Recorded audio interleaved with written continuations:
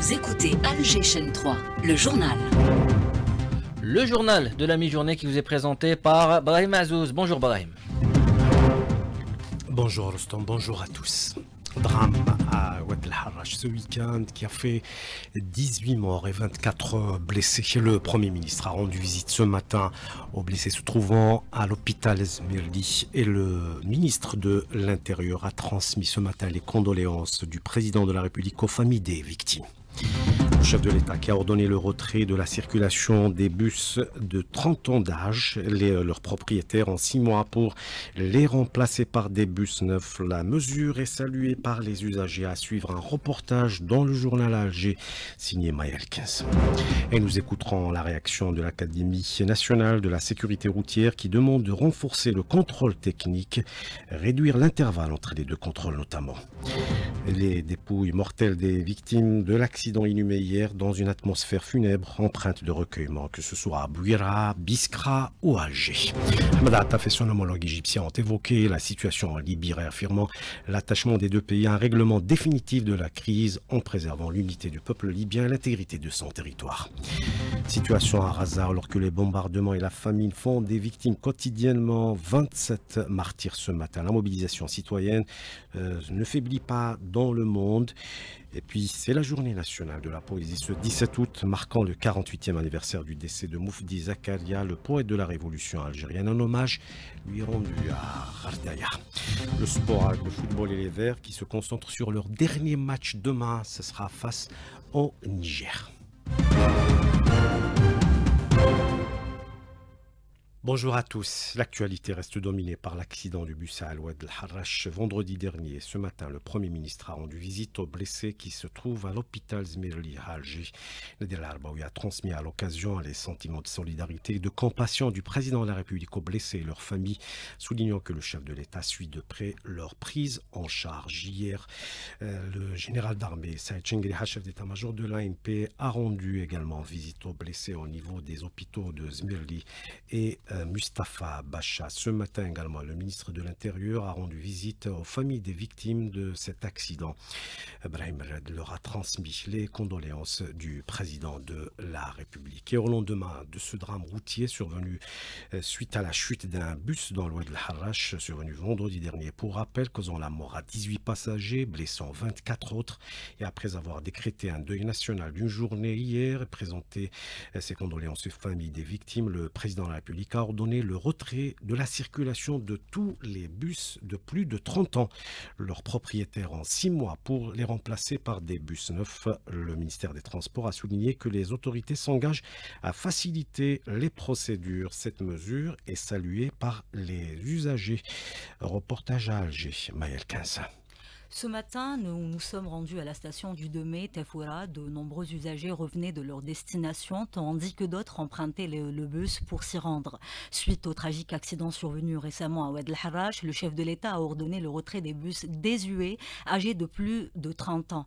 Interrogés, les passagers ont accueilli cette décision avec soulagement. C'est une bonne chose prise par le président de la République de retirer des bus moins de 30 ans. Même si les bus moins de 10 ans, ils sont dans un état critique. Franchement, les conducteurs sont vulgaires avec les clients. C'est une bonne initiative parce que les bus, gars, ils sont troués, les sièges, même les amortisseurs, même les pots d'échappement. Il faut choisir les bons conducteurs.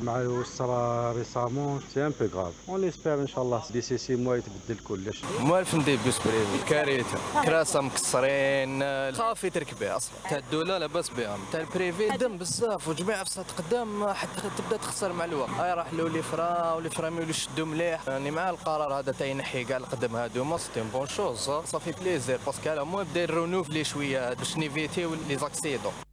De leur côté, les auto-écoles se disent favorables à cette annonce. Des conditions strictes sont désormais imposées pour l'obtention du permis poids lourd.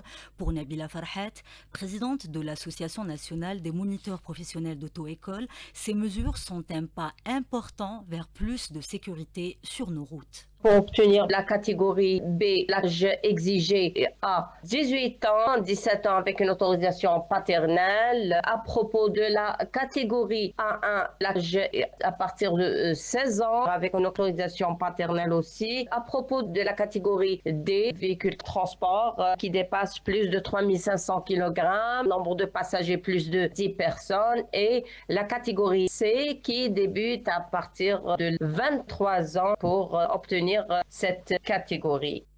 Pour les usagers comme pour les professionnels de la route, l'heure est à la vigilance et à la responsabilité. Entre modernisation du parc de bus et renforcement de la formation des conducteurs, l'objectif est clair, des routes plus sûres pour tous. Merci Maël C'est l'Académie nationale de la sécurité routière salue de son côté cette décision relative au retrait des bus âgés de plus de 30 ans et elle précise sur la base des statistiques disponibles que rien qu'à Alger, près de 20% du parc de bus dépasse déjà cet âge, comme le confirme Ali Chakien, son président. Il est contacté par Sofia Boukacha. Nous saluons la décision du président de la République concernant le retrait des bus âgés de plus de 30 ans. Selon les statistiques présentées, une large part des accidents de la route est causée par ces bus anciens. Le parc national de bus souffre d'un important déficit et ces véhicules sont dépourvus de systèmes de freinage fiables, d'éclairage adéquat ainsi que de toutes les conditions de sécurité. En chiffre, rien que pour la capitale, 20% des bus ont plus de 30 ans. Il est donc nécessaire d'engager un renouvellement partiel du parc national.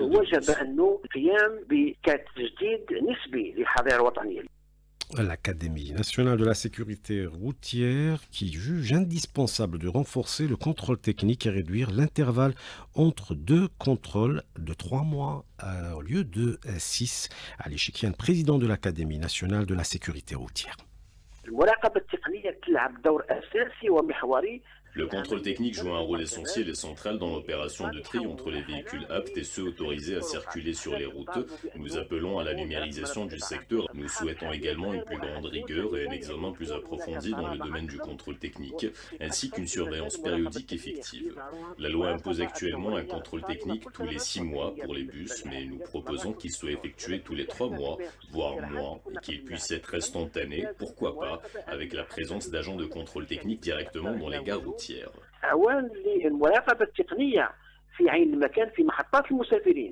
Ali Chekien, président de l'Académie nationale de la sécurité routière, contacté par Sofia Boukacha. Et puis, les experts insistent quant à eux sur la nécessité d'installer les chronotachygraphes. Le projet est annoncé, appelé communément le mouchard. Ce système permet d'enregistrer en continu la vitesse, les heures de conduite et même les manœuvres dangereuses. Détail avec Samia Alloun. Un système analogique au numérique qui sert de boîte noire, qui permet d'enregistrer toute information relative à la performance du véhicule, notamment pour les poids lourds ou autobus, les phases d'accélération et de freinage, les dépassements de vitesse, voire même le temps de repos du chauffeur. Tout est sauvegardé sur le chronotachygraphe pour mieux contrôler le respect du code de la route. Halima Amri, CEO de IDNet, spécialisé dans la fabrication de télématiques embarquées. Les dépassements de vitesse, pour y arriver, il y a ce qu'on appelle un environnement. Il y a des freinages brusques, il y a des accélérations brusques, il y a un changement de régime. Un chronotachygraphe, quand il est installé au niveau du véhicule, donc on peut voir les accélérations, les temps de conduite, parce que le temps de conduite est un axe très important. La norme est un temps de conduite de 4 heures. Repos 15 minutes, après 4 heures, repos encore 15 minutes, après on ne peut pas conduire jusqu'au lendemain. Un contrôle renforcé grâce à la traçabilité et précision des informations enregistrées que les agents de la sécurité routière peuvent exploiter pour trouver rapidement la moindre infraction. Hassan Manouar, président de l'association Al-Amen pour la protection des consommateurs. Nous avons été ravis et rassurés de savoir que dans le nouveau cahier des charges d'importation des véhicules de 2022, cet appareil a été rendu obligatoire pour les bus et pour les camions. L'exécution donc de cette donnée, mais aussi comment équiper les services de police et de gendarmerie avec le lecteur pour procéder donc à la lecture et pour que cette procédure devienne aussi un moyen d'imposer le respect du code de la route. Le dispositif chronotachygraphe pourrait contribuer à dissuader les chauffeurs de commettre des infractions liées au code de la route, encourageant une conduite plus responsable. Un sujet signé Samuel. Et puis l'inhumation des dépouilles mortelles des victimes, elle s'est déroulée dans une atmosphère funèbre empreinte de recueillement, que ce soit à Bouira, Biskra ou Alger, hier en présence d'une foule nombreuse de membres du gouvernement, de cadres de l'État et des autorités locales et des membres des familles des victimes. On les écoute. والله تلقيت بفجعه كبيره وان شاء الله ربي يثبتنا ويثبت الموت الزوجه وبنتي امين ربي يحفظكم ان شاء الله بارك الله فيكم هذه بنت عمي نايل معها جاتنا فاجعه نشكر الشعب الجزائر ثاني ترحم عليهم ونطلب ربي يكونوا من اهل الجنه ونشكر الناس يعني اللي جات هنا قامت بالواجب والناس ثاني اللي ساعدت في اخراج الضحايا الغرقى غامرت بحياتها وخرجت الناس احياء واللي ما قدروش يخرجوهم نطلبوا لهم ان شاء الله الرحمه معروف الجزائري ريسكي بحياته بوش عنده وهذا يعني واجب معروفين عليه وزايدين به Justement, ce drame a montré une nouvelle fois l'élan de solidarité des Algériens. Juste après la chute du bus, 10 jeunes ont risqué leur vie pour sauver celle des autres. Ils ont plongé dans l'Oued el-Harrach, connu pour son niveau élevé de pollution. Un geste héroïque largement partagé sur la toile. Les 10 jeunes sont pris en charge au niveau de l'hôpital El-Qatar et leur état de santé s'améliore. Le ministre de la Santé, Abdelhak Seyhi, au micro de Sami Alou. Nous avons mobilisé tous les moyens de la protection civile pour transporter les dépouilles vers leur wilaya d'origine. Parallèlement, nous avons procédé à l'examen de 10 citoyens qui, par solidarité, se sont mobilisés pour aider et sauver des personnes. Ils ont été convoqués hier à l'hôpital Al-Qatar, diagnostiqués et soignés. Leur état n'inspire aucune inquiétude.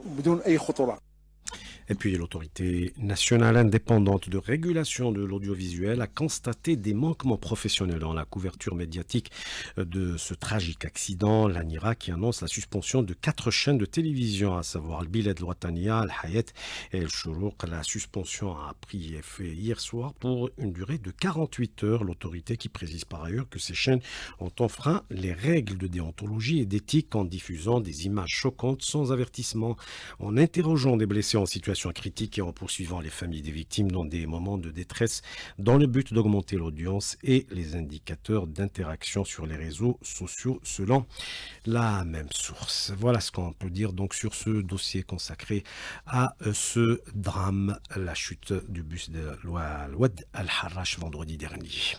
Hamad Attaf et son homologue égyptien ont évoqué lors d'un entretien téléphonique hier la situation en Libye, réaffirmant l'attachement des deux pays à un règlement définitif de la crise en préservant l'unité du peuple libyen et l'intégrité de son territoire. La prochaine réunion tripartite des pays voisins de la Libye prévue à Alger a été également abordée. Les Libyens qui ont réussi d'ailleurs un premier test électoral en votant hier en nombre et sans incident majeur pour les élections municipales, notamment dans l'Ouest où le taux de participation a dépassé les 71% alors que le vote dans l'Est et le Sud est reporté. La question palestinienne est la reprise par l'occupant israélien de ses plans expansionnistes, abordés également par les deux ministres, Hamad Attaf et son homologue égyptien, réaffirmant à l'occasion que l'avenir de la paix au Moyen-Orient demeure tributaire de l'arrêt de la guerre menée contre les Palestiniens. Et alors que les bombardements et la famine font toujours des victimes quotidiennement à Gaza, 27 martyrs ce matin, la mobilisation citoyenne dans le monde ne faiblit pas. Des manifestations même en Israël demandant l'arrêt du génocide. Karima Benour. La Russie sioniste veut à tout prix conclure un accord d'échange de prisonniers. Faris Sarafandi, politologue palestinien à Ramallah. Les grévistes veulent un échange de prisonniers avec la résistance en arrêtant la guerre, en démolissant Gaza, peu importe. Et Netanyahou est décidé à poursuivre son plan, défiant le monde entier. Même en Europe, les manifestations se poursuivent chaque week-end. Abou Samer, chargé des relations internationales palestiniennes. Ces crimes qui n'ont eu aucun égal dans l'histoire, ce soulèvement populaire est un signe clair que ces peuples occidentaux refusent les agissements de leur gouvernement agressif envers les Palestiniens. Les Américains sont sortis dans la rue pour une énième fois une opinion publique qui change. Hamdan Damiri, militant palestinien à Bruxelles. On va trouver presque 65% des jeunes Américains qui ont 18 ans, 20 ans, 25, 30, etc. sont plutôt pour la Palestine. Seulement, c'est un changement qui va prendre du temps. Ce sont des gens qui votent demain. Et par conséquent, moi, je suis sûr et certain, on va assister à l'arrivée dans les instances parlementaires américaines de personnes qui condamnent Israël. Gaza est devenue une question internationale. Et l'armée d'occupation décide de chasser des centaines de milliers de Razaouis. Leur intime l'ordre de se déplacer. Déplacement forcé vers le sud de l'enclave palestinienne. Le porte-parole de l'armée sioniste a précisé que des tentes et d'autres équipements d'hébergement seront mis à leur disposition. Ces nouvelles déclarations interviennent quelques jours après l'annonce par Benjamin Netanyahou, le premier ministre sioniste, d'un plan pour coloniser et occuper militairement la ville de Gaza. On écoute à ce propos le décryptage de la militante Claude Léostic. Elle répond à Rabia Slimani. La fourniture de matériel, c'est de la poudre aux yeux. Ce que l'on constate actuellement, c'est une continuation, voire peut-être la fin du projet d'occupation de la bande de Gaza. C'est une violation ultime du droit international. Actuellement, les Palestiniens sont regroupés, si l'on peut dire, sur à peu près 20% de l'ensemble de la bande de Gaza. L'armée israélienne occupant le reste. Et maintenant, avec cette attaque contre la ville de Gaza et toute la partie est, on va vers un nettoyage ethnique en règle. Il faudrait donc déplacer quelques centaines de milliers de personnes. Mais le problème, c'est qu'au sud, l'espèce de ville ghetto là qu'ils ont prévu sur les ruines de Rafah, parce que Rafah, il n'y a plus rien, c'est absolument insupportable déjà pour les gens qui s'y trouvent. Il me paraît totalement impossible d'y ajouter des centaines de milliers de personnes. L'actualité à l'étranger, également la guerre en Ukraine. Le président américain qui reçoit demain à la Maison-Blanche son homologue ukrainien. Cette rencontre a fait suite à un sommet historique entre Trump et Poutine qui aurait exigé la reconnaissance de la souveraineté russe sur plusieurs régions ukrainiennes ainsi qu'une démilitarisation de Kiev en échange d'un gel du front de guerre. Donald Trump semble prêt à appuyer les revendications russes, mais il souhaite de passer directement à un accord de paix sans imposer une trêve préalable, une rupture nette avec la stratégie défendue par Zelensky et ses alliés européens. Le président ukrainien qui refuse de céder des territoires sans référendum et garantie de sécurité. Alors quelle est la marge de manœuvre du président Zelensky qui se retrouvera demain de nouveau dans le bureau ovale face à Trump? Élément de réponse avec l'analyste politique François Dangoué, contacté par la Béa Slimani. Zelensky n'est pas dans une position d'être un vrai décideur. Il s'est mis et il a mis son pays dans une situation de dépendance absolue. Une situation où un président d'un pays confie totalement le sort de négociations concernant l'avenir de son pays à un pays étranger. C'est la situation à laquelle on se trouve. Le président Trump négocie au nom de l'Ukraine, sans que cela soit officiel, mais c'est la réalité des choses. Zelensky, rappelez-vous ce que Trump lui avait dit lors de leur rencontre un peu houleuse le 28 février dernier, on dit vous n'avez aucune carte dans la main. Mais ce qui est très important, et ça ramène au sommet d'avant-hier, c'était un événement d'une nature dont nous mesurerons la portée plus tard. Président Trump, et on ne peut pas négliger ces efforts qu'il a fait pour amener la paix dans cette région, dans une guerre qui est très risquée pour le monde entier. Analyste politique François Dangoué, contacté par Rabia Slimani. Retour en Algérie pour parler de la journée nationale de la poésie ce 17 août, une date marquant le 48e anniversaire du décès de Moufdi Zakaria, l'occasion de rendre hommage à ce grand poète considéré comme le porte-voix de la révolution algérienne. Ghardaya Mahfoud Karkar. Commémorer chaque année le décès du poète de la révolution algérienne Moufdi Zakaria. Ahmed Bezmlel, président du bureau de la fondation Moufdi Zakaria à Ghardaya. Son combat était littéraire, son combat primordial, essentiel, l'indépendance, l'unité nationale et après ça l'unité du Grand Maghreb. Malgré ses nombreuses années de prison, il n'a pas délaissé sa famille, il veillait sur l'éducation de ses enfants. L'hymne national Qasaman est l'Iliade les plus célèbres parmi les chefs-d'œuvre de Moufdi Zakaria. Moufdi Zakaria est un des symboles de l'indépendance de l'Algérie. Son cœur, c'était l'Algérie. Il a 5 recueils de poèmes, toujours sur le combat libérateur, en plus de l'hymne national. Ceux qui veulent connaître l'histoire de l'Algérie depuis les temps anciens jusqu'à nos jours, il n'a qu'à parcourir l'Iliade algérienne.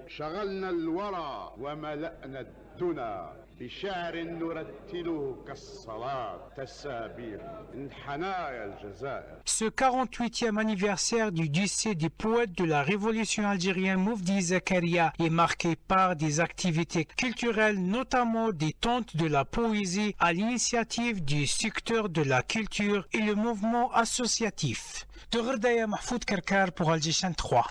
On passe au sport et on commence avec du football. La sélection nationale des joueurs locaux est au Kenya pour préparer son dernier match demain face au Niger. Bonjour. Bonjour Brahim. Depuis hier après-midi au Kenya en prévision de son match décisif face au Niger prévu demain à 18h heure algérienne à Nairobi dans le cadre de la 5e et dernière journée du groupe C, deuxième de leur groupe avec 5 points derrière l'Ouganda et qui reste sur un match nul, un but partout face à la Guinée. Les hommes de Mejid Bougara n'auront besoin que d'un seul point pour se qualifier en quart de finale, un objectif qui semble à la portée des coéquipiers d'Abdelrahman Meziane face à la lanterne rouge du groupe, le Niger n'ayant récolté qu'un point depuis le début du tournoi et déjà éliminé. Demain il y aura également lors de la dernière journée de cette phase de groupe l'Ouganda qui sera opposé à l'Afrique du Sud, ça sera au stade de Kampala, un match dont le coup d'envoi est prévu à 18h, soit à la même heure que Algérie-Niger. Dans les autres résultats de cette dernière journée du groupe B, la Tanzanie qui termine leader de son groupe suite à son match nul 0-0 face au Centrafrique s'est qualifié pour le prochain tour, tout comme le Madagascar qualifié grâce à sa deuxième place suite à sa victoire face au Burkina Faso 2-1. Et puis le championnat européen et les résultats des rencontres hier. Avec le championnat d'Angleterre, Manchester City s'est imposé 4-0 avec Wolverhampton, titularisation de Ryan Aït-Nouri, international algérien, face à son ancien club Wolverhampton. Tottenham s'est imposé 3-0 face à Burnley, même score 3-0 pour Sunderland qui signe son retour en Première Ligue face à West Ham.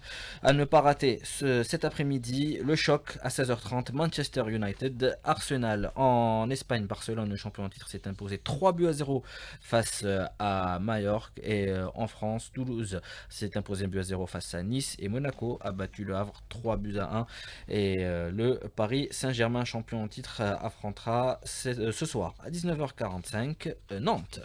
Et puis on n'oublie pas que la Ligue 1 chez nous commence jeudi prochain. Avec deux rencontres à partir de 18h, le Mouloudia d'Oran face au nouveau promu l'Étoile de Ben Aknoun, et à partir de 20h, ça sera la JS Saoura face au MB 87, également nouveau promu. Merci Rostom Yahyachi pour cette page sport, c'est la fin de ce journal.